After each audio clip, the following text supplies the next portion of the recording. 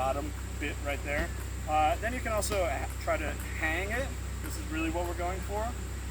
And bringing the rest of the fingers into that and the thumb, and then closing this gap. Just closing that gap right there is all the power we need for a roll.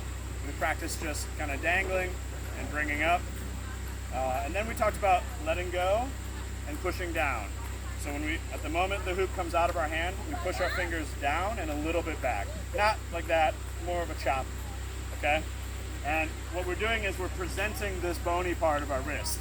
If we can get the hoop to roll on that part, the roll is gonna be smooth, I promise you, okay? So practice that by using our other hand and just drilling this. Get it to roll on that spot, okay? Some things that I saw in this class were, if the hoop is spinning out at all, right, it's doing the like skidding thing, that means we're letting go too early, okay? If there's ever any disconnect, right, with the hoop like coming out and then landing, we're letting go too early, okay? So let go later, hold on longer, and then push the fingers down. Then we talked about our head so that we can avoid like doing this thing. If instead of presenting our chin, if we present the side of our face, then the hoop will ride a lot higher and be a lot closer, and it'll be a lot easier to get the hoop higher up on us, okay? So present your cheeks, not your chin, okay? Or you can lean back, whatever you feel comfortable doing. But if you're leaning back, please engage your thighs, flex your abs, okay? Yeah, so that looks like this.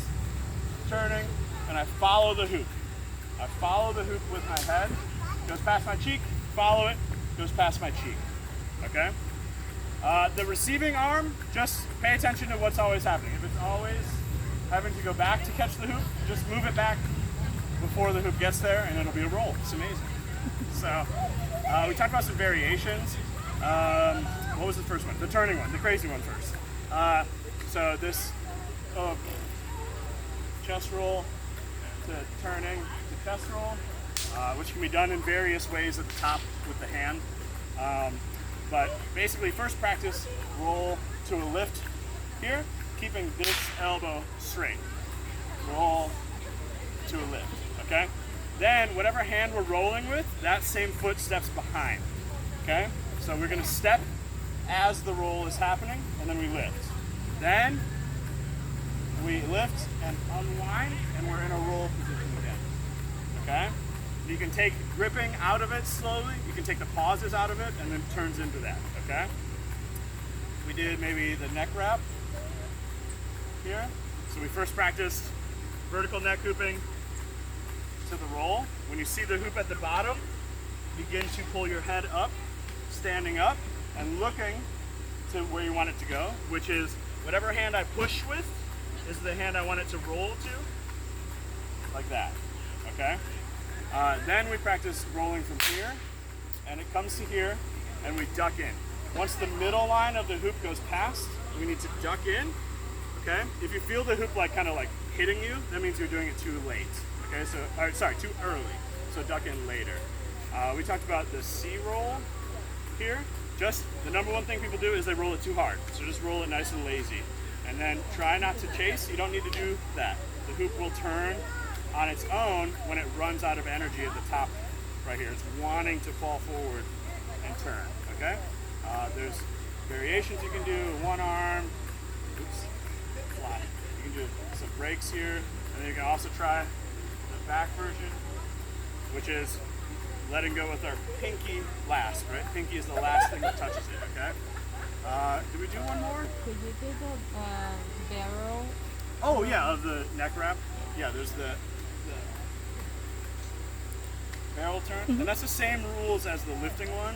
Step behind with the same foot same foot as the same hand that rolls it. Okay, so I step back and I'm like ready to go right here. When I see the hoop at the bottom, I unwind, try to do it nicer, and then do the rest of it. We also did. What else did we do? Oh, we did this little foldy line one. Whoop. It's called a folded line in contact juggling. So all it is just like you need to, depending on the speed of your hoop, it's going to kind of change how quick and how soon this part happens. But don't dip or don't arc when you do that. Just travel horizontally. If the hoop is falling off, then you need to go sooner or quicker with this to stay at 6 o'clock on the hoop, okay? And then it'll roll out. And I feel like we kind of went over the passing to the other side one a little bit. It's basically just still practicing this, getting super comfortable, rolling and lifting. And then if you can keep going with that, you can lift and end like in a hand balance, right, without grabbing it. That means you did the timing like perfectly if it doesn't want to roll anymore. So if we practice that enough, it's easy to just flick the hoop over, right? It's easy to kind of go from there. So, okay, thank you. Thank you.